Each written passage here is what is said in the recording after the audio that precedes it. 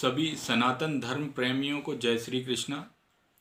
ओम स्वस्ति न इंद्रो वृद्धशर्वाः स्वस्ति न पूषा विश्ववेदाः स्वस्ति न ताक्षर्यो अरिष्टनेमि स्वस्ति न बृहस्पतो ददातु।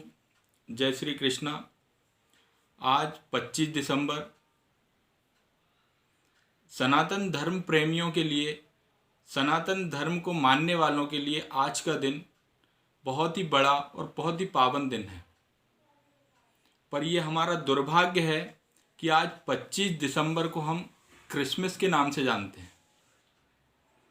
आज ही के दिन, आज मार्गशीर्ष मोक्षदा एकादशी है। आज के दिन कलयुग के प्रारंभ होने के लगभग 30 वर्ष पहले भगवान श्री कृष्ण ने आज ही के दिन मोक्षदा एकादशी, इस दिन गीता जी का प्रादुर्भाव अर्जुन के समक्ष प्रकट किया था। यह कलयुग के प्रारंभ होने से लगभग 30 वर्ष पहले भगवान ने गीता जी का उपदेश अर्जुन को दिया था। आज गीता जयंती भी है, लेकिन ये हमारे लिए बड़े दुर्भाग्य की बात है कि आज के दिन हम गीता जयंती न मनाकर क्रिसमस का गुणगान कर रहे हैं। मैं किसी धर्म के विरुद्ध नहीं हूँ या मैं किसी धर्म की आलोचना भी नहीं करता, लेकिन दर्द होता है कि हम सनातनी धर्म प्रेमी होकर के, सनातन धर्म को मानने वाले होकर के आज गीता जयंती के महत्व को नहीं समझते और हम क्रिसमस का गुणगान कर रहे हैं। आज हमारे बच्चों को हम क्रिसमस की, सेंटा क्लॉज की ड्रेस पहना के उनकी फ़ोटो व्हाट्सएप पे, फेसबुक पे अपलोड करते हैं। आज ही मेरे मोबाइल में, मेरे फेसबुक पे, व्हाट्सएप पे लगभग सैकड़ों संदेश आए हैं जिसमें क्रिसमस की हार्दिक शुभकामनाएं, Christmas, merry Christmas, Santa Claus, ये वो दुनिया भर के मैसेज आए हैं। लेकिन कोई भी एक ऐसा बंदा, ऐसा पर्सन नहीं है, ऐसा धर्म प्रेमी नहीं है जिन्होंने आज गीता जयंती की शुभकामनाएं दी हों। हम हमारे मूल को भूलते जा रहे हैं। यही विनाश का कारण है। मैं ये नहीं कहता कि आप क्रिसमस ना मनाओ, मैं ये नहीं कहता कि आप सेंटा क्लॉज या मैरी क्रिसमस ना बोलो, सब बोलो, लेकिन पहले गीता जयंती की शुभकामनाएं तो दो। गीता जयंती के महत्व को तो समझो। हम हमारे मूल को भूलकर पता नहीं कौन सी दुनिया में जी रहे हैं और इसे आधुनिकता कहते हैं। खैर छोड़ो, जो भी है, आज गीता जयंती है। सभी सनातन धर्म प्रेमियों के लिए बड़ा सौभाग्य का दिवस है। वास्तव में हमारे बच्चों को गीता जी का ज्ञान देना चाहिए, उन्हें बताना चाहिए वास्तव में गीता जी है क्या। मेरा एक छोटा सा प्रयास है आप सभी के सामने। मैं गीता जी के कुछ रहस्य, गीता जी की कुछ गूढ़ बातें जो लोगों के लिए जो जानना तो चाहते हैं, लेकिन लोगों के समक्ष प्रस्तुत ना होने के कारण वो इस ज्ञान से अनभिज्ञ हैं। मैं कोशिश करूंगा कि थोड़ा सा गीता जी के महत्व के बारे में, थोड़ा गीता जी के बारे में आपको संक्षिप्त में कुछ जानकारियां दूं। जय श्री कृष्णा। कुरुक्षेत्र की भूमि में आज ही के दिन, मोक्षदा एकादशी के दिन, भगवान श्री कृष्ण ने अर्जुन को उपदेश दिया था। यह उपदेश महाभारत के जो 18 अध्याय हैं उनमें से भीष्म पर्व में गीता जी का वर्णन है। यह गीता जी सनातन धर्म के जो पवित्र ग्रंथ हैं, जिन्हें श्रुति ग्रंथ भी बोला जाता है, उन श्रुति ग्रंथों में गीता जी का उल्लेख है। ऐसा कहा जाता है, ऐसा माना जाता है कि गीता जी जो हैं वो सनातन धर्म के जो श्रुति ग्रंथ हैं उनका सबसे अंतिम ग्रंथ है। श्रुति ग्रंथ के बारे में तो आप जानते होंगे, वह ग्रंथ जो भगवान के मुख से निकले हुए हैं, वह ज्ञान जो भगवान ने स्वयं अपने मुख से दिया है, वह श्रुति ग्रंथ के अंतर्गत आता है। गीता जी भगवान द्वारा दिया गया अंतिम धार्मिक ग्रंथ है जो विशेषकर कलयुग के लिए प्राप्त हुआ है, कलयुग वासियों के लिए प्राप्त हुआ है। और इसका प्रादुर्भाव, इसका प्राकट कलयुग से लगभग 30 वर्ष पहले हुआ है। तो ये साफ तौर पर कहा जा सकता है कि कलयुग के प्राणियों के उद्धार के लिए गीता जी का प्रकट होना माना जाता है। गीता जी वास्तव में है क्या? गीता जी सभी वेदों, सभी शास्त्रों, उपनिषदों का निचोड़ है। इसमें सभी वेदों, सभी शास्त्रों, सभी उपनिषदों की गूढ़ बातें, गूढ़ रहस्य हमें संक्षिप्त में बताया गया है। गीता जी में 18 अध्याय हैं और सभी अध्यायों का अलग अलग अपना अपना एक नाम है। खैर, अभी इसके बारे में थोड़ी देर से बताऊंगा मैं आपको, लेकिन अभी मूल जो बातें हैं वो गीता जी के संबंध में वो जानिए। गीता जी कुरुक्षेत्र में भगवान श्री कृष्ण ने अर्जुन को सुनाई थी। कैसे सुनाई? जब युद्ध के मुहाने पे खड़ी कौरव और पांडवों की सेना, जब कुरुक्षेत्र की भूमि में युद्ध के लिए दोनों सेनाएं जब आमने सामने आई, तब अर्जुन ने भगवान श्री कृष्ण से ये इच्छा जाहिर की कि मैं युद्ध करने से पहले शत्रु सेना को, कौरवों की सेना को देखना चाहता हूँ। जब भगवान ने अर्जुन की बात मानकर उन्हें कौरवों की सेना के समीप ले गए, तब अर्जुन के मन में मोह प्राप्त हुआ और अर्जुन ने अपना गांडीव और धनुष छोड़ दिया और कहा कि मैं युद्ध नहीं कर सकता। उसके मन में कौरवों को देखकर मोह उत्पन्न हुआ, प्रेम उत्पन्न हुआ, वात्सल्य उत्पन्न हुआ और कायरता उत्पन्न हुई। अर्जुन ने कहा कि मैं युद्ध नहीं कर सकता क्योंकि जो सामने जो शत्रु खड़ा है वह मेरा है, वह मेरा भाई है, उसमें मेरे गुरु हैं, उसमें मेरे मित्र हैं, उसमें मेरे बंधुजन हैं, मैं इनका वध नहीं कर सकता। तब भगवान श्री कृष्ण ने अर्जुन का मोह भंग करने के लिए और साथ ही ज्ञान का उपदेश देने के लिए गीता को प्रकट किया। गीता जी में कुल 18 अध्याय हैं और इन सभी 18 अध्यायों में 700 श्लोक हैं। इन 700 श्लोकों में से भगवान श्री कृष्ण ने 574 श्लोक बोले हैं। 574 श्लोक के बाद अर्जुन ने 85 श्लोक बोले हैं, संजय ने 40 श्लोक बोले हैं और धृतराष्ट्र ने 1 श्लोक बोला है। इस तरह कुल श्लोकों की संख्या 700 हुई और 700 श्लोकों से 18 अध्याय बने हैं। इनके 18 अध्याय में सभी विषयों का विस्तृत वर्णन है।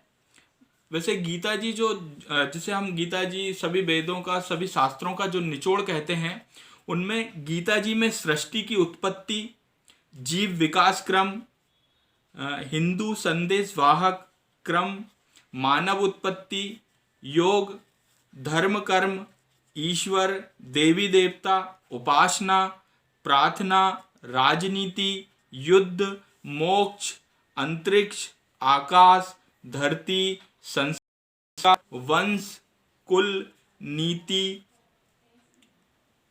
अर्थ, पूर्व जन्म, जीवन प्रबंध, राष्ट्र निर्माण, आत्मा, कर्म सिद्धांत, त्रिगुण, सभी प्राणियों में मैत्री भाव जैसे विषयों की जानकारी है। गीता जी जो है वो मुख्य क्या है? मुख्य ज्ञान है। गीता जी का मुख्य ज्ञान है, जैसे स्थित प्रज्ञ पुरुष बनना, ईश्वर को जानना या मोक्ष प्राप्त करना। इन सभी गूढ़ रहस्यों के बारे में गीता जी में विस्तार से बताया गया है। ये आज हमारा दुर्भाग्य है कि आज हम गीता जी जैसे महान ग्रंथ की अनदेखी करते हैं। हमारे घर में है, वास्तव में रखा हुआ है, लेकिन वो सिर्फ रखने के लिए है। और गीता जी का जो ग्रंथ है वो वास्तव में रखने की या सजाने की चीज़ नहीं है। वह अपने जीवन में उतारने की चीज, इसके महत्व को समझें और आज गीता जयंती मनाएं, क्रिसमस भी मनाएं, लेकिन पहले गीता जी मनाएं, गीता जयंती मनाएं। इसके 18 अध्याय के बारे में मैं आपको बता रहा था। इसके प्रथम अध्याय का नाम अर्जुन विषाद योग नाम है। इसी में इस अध्याय में अर्जुन ने जब कामना की तब भगवान श्री कृष्ण ने अर्जुन को कौरवों के सम्मुख ले गए, उनकी सेना दिखाई और उनकी सेना के सम्मुख पहुंचकर अर्जुन के मन में जो मोह कायरता जो उत्पन्न हुई, जिसके कारण उसने अपना धनुष छोड़ा, इसी संबंध में गीता जी के प्रथम अध्याय में बताया गया है। गीता जी के दूसरे अध्याय का नाम संख योग है। इसमें श्री कृष्ण कहते हैं कि इस समय अर्जुन को समझाते हैं कि इस समय युद्ध को छोड़ना या युद्ध को रोकना या युद्ध को छोड़कर चले जाना कायरता है, क्योंकि आपके मुखाने पर युद्ध थोप दिया गया है। अब इससे आप पीछे नहीं हट सकते। जब एक योद्धा रणभूमि में पहुंच जाता है तो उसका परम कर्तव्य होता है युद्ध करना। युद्ध को किसी भी कारण से टालना एक कायरता कहा जाता है।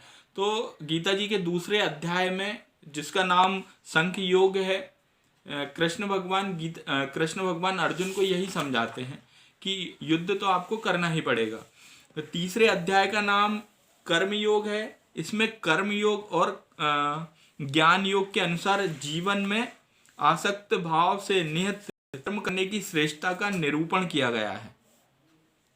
गीता जी के चौथे अध्याय का नाम ज्ञान कर्म संन्यास योग है। इसमें ज्ञान कर्म और संन्यास योग का वर्णन है। मैं थोड़ा सा शॉर्ट में बता रहा हूँ, संक्षिप्त में बता रहा हूँ, वीडियो काफी लंबा हो रहा है। और गीता जी के पांचवें अध्याय कर्म संन्यास योग के नाम से जाना जाता है। इसमें सांख्य योग और कर्म योग का निर्णय, सांख्य योगियों और कर्म योगियों के लक्षण, उनकी महिमा, ज्ञान योग का विषय और शक्ति सहित ध्यान योग का वर्णन है। इसमें कर्म के साथ जो मन का संबंध है, उसके संस्कार पर या उसके विशुद्ध करने पर विशेष ध्यान दिया गया है। गीता जी के 6वें अध्याय का नाम आत्म संयम योग है। सभी विषयों में इंद्रियों का संयम, यही कर्म और ज्ञान का निचोड़ है। सुख और दुख में मन की समान स्थिति, इसे ही योग कहते हैं। मतलब मनुष्य जीवन जो होता है उसमें सुख और दुख दो पहलू होते हैं, लेकिन सुख और दुख दोनों को समान जानना, यही आत्म संयम योग है। और गीता जी के 6वें अध्याय में इन्हीं बातों का वर्णन किया गया है। 7वां अध्याय ज्ञान विज्ञान योग है। इसमें विज्ञान सहित ज्ञान का विषय संपूर्ण पदार्थों के कारण रूप में ईश्वर की व्यापकता का कथन है। आसुरी स्वभाव वालों की निंदा और भक्तविदों की प्रशंसा इस अध्याय में की गई है। गीता जी के 8वें अध्याय का नाम अक्षर ब्रह्मा योग है। इसमें ब्रह्मा, आध्यात्म और कर्म आदि के विषय में अर्जुन के 7 प्रश्न और श्री कृष्ण द्वारा उन प्रश्नों के उत्तर को बताया गया है। गीता जी के 9वें अध्याय का नाम राजगुहा योग है।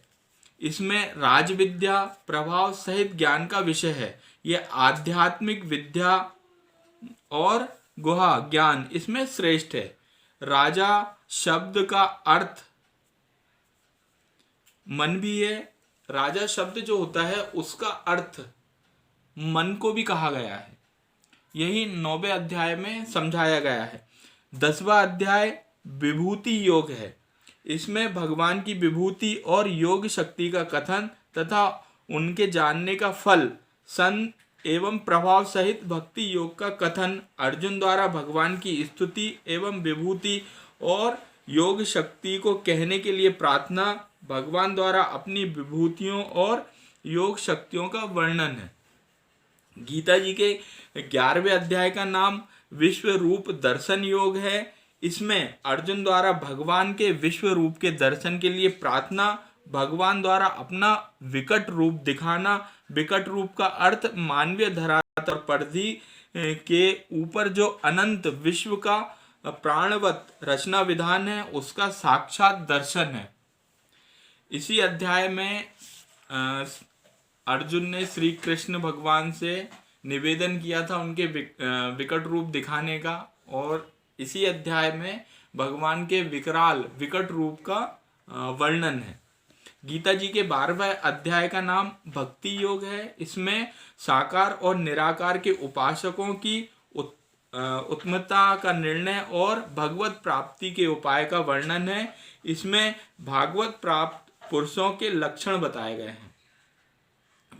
13वां अध्याय क्षेत्र क्षेत्रज्ञ विभाग योग के नाम से जाना जाता है। इसमें ज्ञान सहित क्षेत्र क्षेत्रज्ञ के विषय का वर्णन है और ज्ञान सहित प्रकृति पुरुष के विषय का विशद वर्णन किया गया है। अर्थात स्थिति ज्ञान, आत्मा, परमात्मा और पंच तत्वों का रहस्यमयी ज्ञान गीता जी के 13वें अध्याय में आपको मिलेगा। गीता जी के 14वें अध्याय का नाम गुण त्यत्र विभाग योग है। इसमें ज्ञान की महिमा और प्रकृति पुरुष से जगत की उत्पत्ति का वर्णन है। सत रज तम तीनों गुणों का विषय अनुसार वर्णन है, इसी 14वें अध्याय में है। 15वें अध्याय, यह अध्याय पुरुषोत्तम योग के नाम से जाना जाता है। इसमें संसार को उल्टे वृक्ष की तरह बताकर भगवत प्राप्ति के उपाय बताए गए हैं। इसमें जीवात्मा के विषय का विवेचन और प्रभाव सहित परमेश्वर के स्वरूप के दर्शन के आपके स्वरूप का वर्णन है। गीता जी के 16वें अध्याय का नाम देवासुर संपत्ति विभाग योग है। इसमें फल सहित देवी व असुरी व्यक्तियों और संपदा और उनकी संपदा का कथन है। आसुरी संपदा वालों के लक्षण है और उनकी अधोगति का वर्णन है। इसके अलावा शास्त्र विपरीत आचरण को त्यागने और शास्त्रानुकूल आचरणों के लिए प्रेरणा है। ऋग्वेद में सृष्टि की कल्पना देवी और आसुरी शक्तियों के रूप में की गई है। यह सृष्टि के दो विरुद्ध रूप की कल्पना है, एक अच्छा और दूसरा बुरा, एक प्रकाश और दूसरा अंधकार में। इन सभी गूढ़ रहस्यों को गीता जी के 16वें अध्याय में बड़े विस्तार से बताया गया है। गीता जी के 17वें अध्याय का नाम श्रद्धात्रय विभाग योग है। इसका संबंध सत रज तम इन तीनों गुणों से है, अर्थात जिसमें जिस गुण का प्रादुर्भाव अधिक होता है उसकी श्रद्धा या जीवन की निष्ठा वैसी ही बन जाती है। सत रज और तम, ये तीनों गुणों में से जिसका प्रादुर्भाव अधिक रहेगा, जिसकी प्रबलता अधिक रहेगी, व्यक्ति का आचरण वैसे ही होगा। इन सभी बातों को गीता जी के 17वें अध्याय में बताया गया है। गीता जी के 18वें अध्याय का नाम मोक्ष संन्यास, गीता जी के 17वें अध्याय का नाम मोक्ष संन्यास योग है। इसमें त्याग का वर्णन, कर्म होने में शंख सिद्धांत का कथन, तीनों गुणों के अनुसार ज्ञान, कर्म, कर्ता, बुद्धि, गृहति और सुख के अलग अलग भेद का वर्णन है। फल सहित वर्णन, कर्म का वर्णन, ज्ञान, निष्ठा, भक्ति सहित कर्म योग का विवेचन है। इसमें गीता के समस्त उपदेशों का सार एवं उपसंहार है। गीता जी के 8वें अध्याय में उपसंहार के रूप में भी हम इस अध्याय को देखते हैं। इनमें गीता जी का समस्त वर्णन है, गीता जी के गूढ़ रहस्यों का वर्णन है, मानव जीवन में होने वाले गूढ़ रहस्यों का वर्णन है।